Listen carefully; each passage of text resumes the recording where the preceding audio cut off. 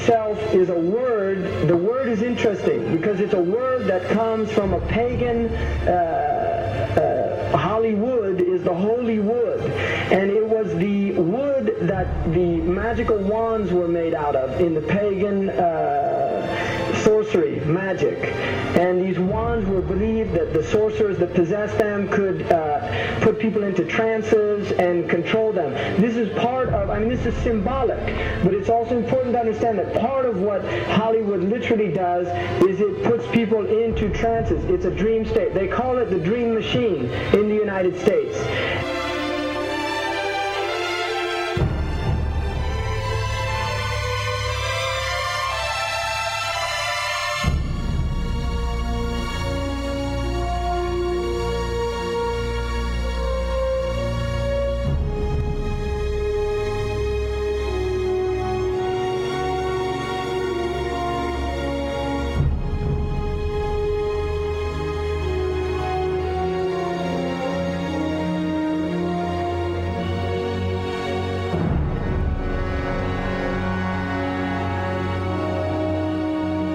Creates fantasies for people. It puts people into these things. Now, one of the things is interesting that in the part of what's done in movie theaters, in darkened rooms where people watch television, is literally a trance state that occurs through what's called suspended state of disbelief. You enter into a state, you suspend your disbelief and enter into a state whereby you begin to believe what you internally realize is imagination.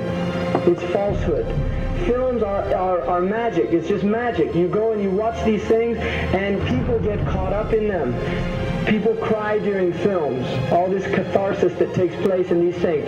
Many of the films, and this is an important element in the control mechanism, is literally allow people to go and have certain type of catharsis as a purging experience, which Aristotle talks about the necessary element. One of the necessary elements of tragedy is to create this cathartic experience.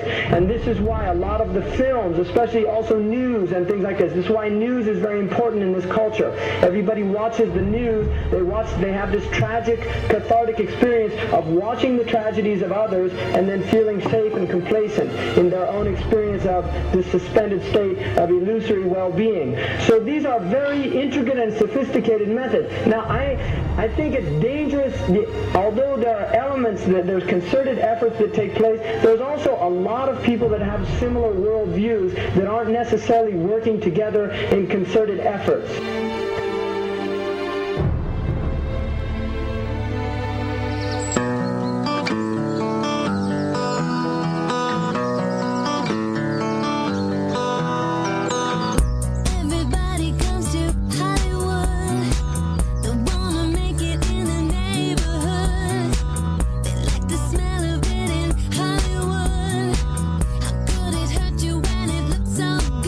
Shine your light now. This time it's got to be good. You get it right now, yeah. 'Cause you're in Hollywood. There's something in the air in Hollywood. The sun is shining like you knew.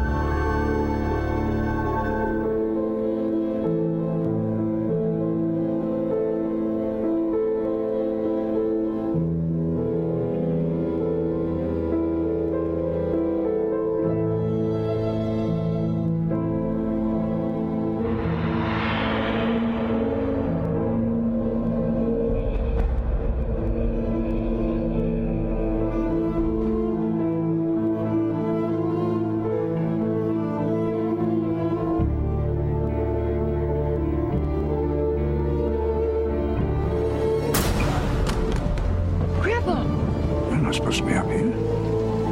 Looking at that? I just wanted to know. No. Well, you're old enough, I suppose. You should know the story. Okay, here we go. It was 1832. On a night much like this.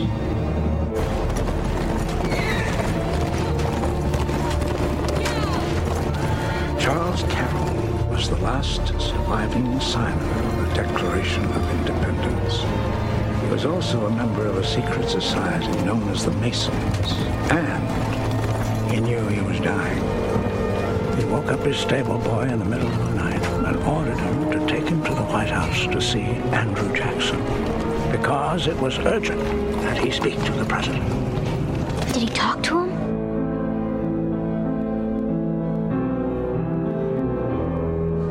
No, he never got the chance. The president wasn't there that night. But Charles Carroll had a secret. So he took into his confidence the one person he could. My grandfather's grandfather, Thomas Gates. What was his secret? A treasure. A treasure beyond all imagining.